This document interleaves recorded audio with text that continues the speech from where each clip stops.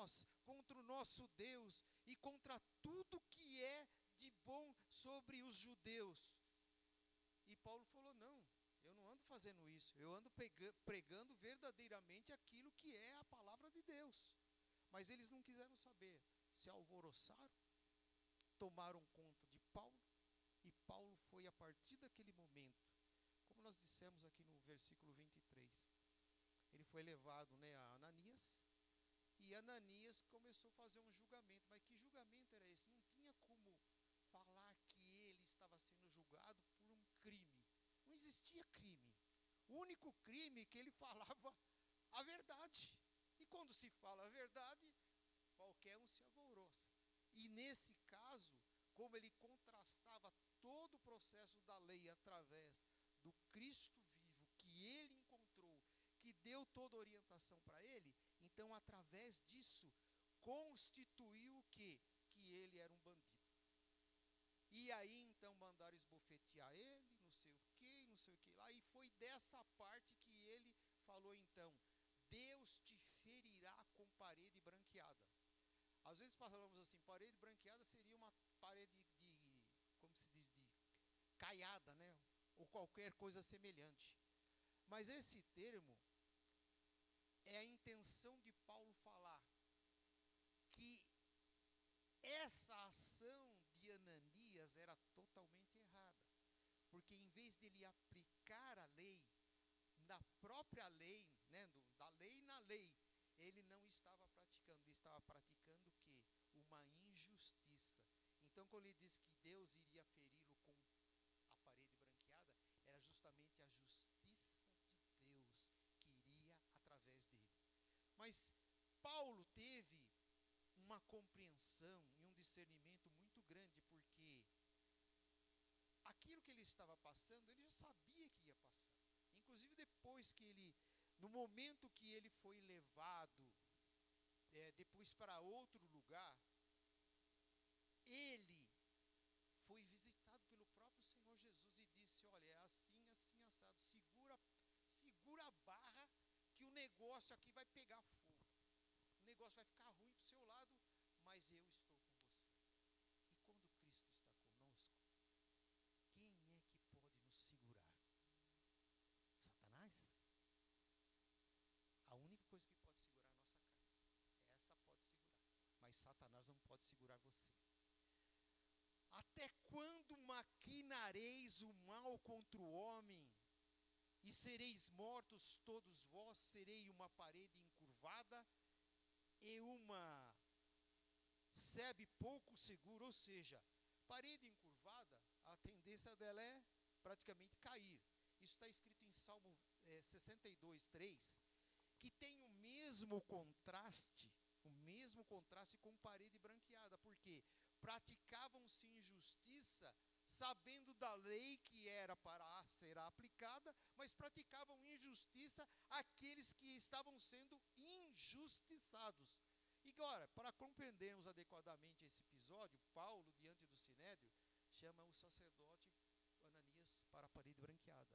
A essência de analisarmos apenas esse contexto, ele pode ser uma forma jurídica, mas esse episódio, ele é realmente teológico.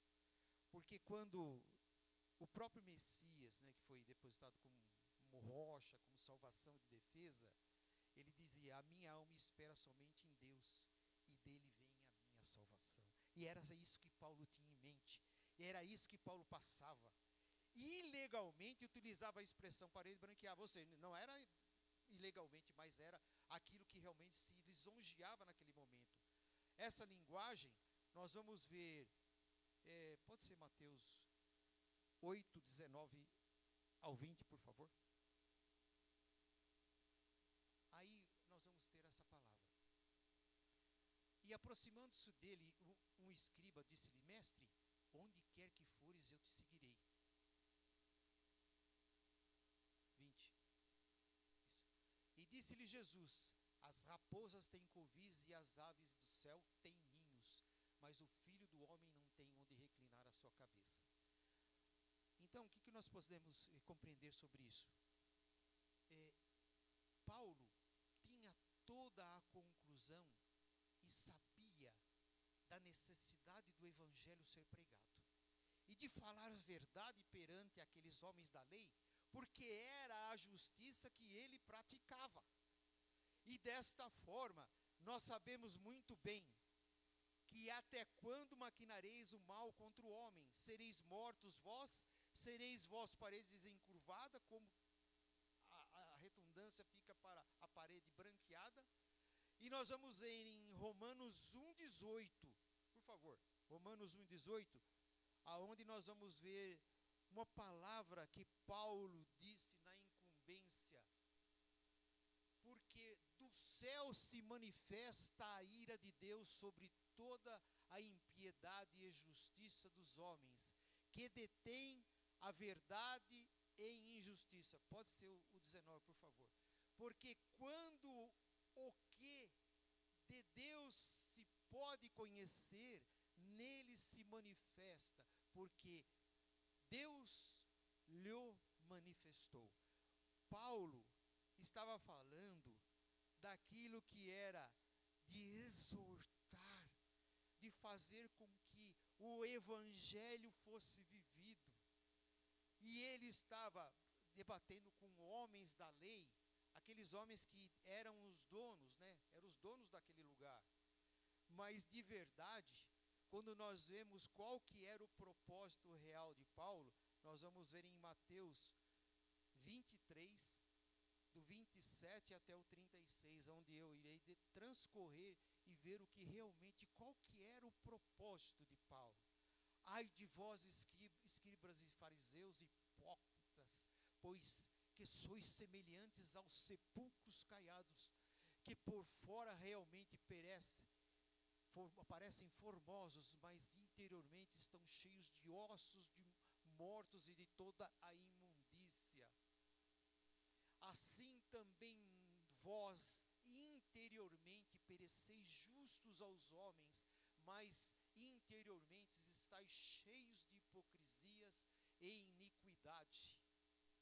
Ai de vós, escribas e fariseus hipócritas, pois que edificais sepulcros dos profetas e adornais os monumentos dos justos, e que dizeis que se existíssemos no tempo dos nossos pais, nunca nós associaríamos com eles para derramar o sangue dos profetas. Pode parar isso aí. Desse jeito nós podemos ver que o processo que Jesus estava falando, ou que foi escrito no livro de Mateus, estava praticamente passando por Paulo. A incumbência, e de tudo isso que ele estava passando, demonstrando que os escribas relacionados aos fariseus e aos saduceus, eles eram, de uma forma geral, introduzidos pela lei, mas não queriam aceitar de verdade, porque o Cristo crucificado foi por eles. O sangue derramado por esta geração ficou sobre eles, porque eles realmente se incumbiram disso. Mas a grande realidade é que Paulo teve mais um tempo, ficou mais 2 anos, foi apresentado a vários reis, Quando ele se disse que era romano e não podia ser julgado pelos próprios judeus, e apelou a César, então depois desses 2 anos ele foi para Roma, e de Roma ele ficou na incumbência até praticamente a sua morte. Então Paulo, a gente fala às vezes que é só puxar saco de Paulo, ou o pastor é puxar saco. Não é isso. Paulo foi a nossa admiração. Ele foi o homem que nos deu hoje tudo que nós temos relativo aos evangelhos, ao Novo Testamento. Foi ele que incumbiu isso. E não é endeusar Paulo, mas endeusar aquilo que ele sempre falou: eu estou pronto para a morte, eu estou pronto para qualquer coisa que aconteça, porque Cristo vive em mim. E isso é uma forma de nós termos um relativo processo de hoje. Hoje nós temos a incumbência de pensarmos nesta palavra e vermos o quanto nós somos agradecidos por esses homens, ou por este homem de Deus, nos deu essa oportunidade de estarmos aqui hoje vivendo o Evangelho através daquilo que ele sofreu. Sofreu. E nós, às vezes, deixamos de vir à igreja, deixamos de orar, deixamos de jejuar, deixamos de fazer isso tudo por bobagem. Bobagem. Ah, hoje eu não estou com vontade.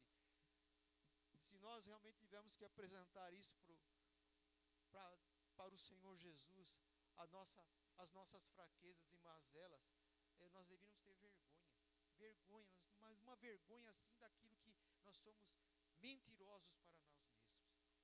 Então, qual que é o recado de tudo isso? O recado é que nós devemos olhar para nós, para a nossa vida, e falar assim: Senhor, eu quero ser melhor hoje.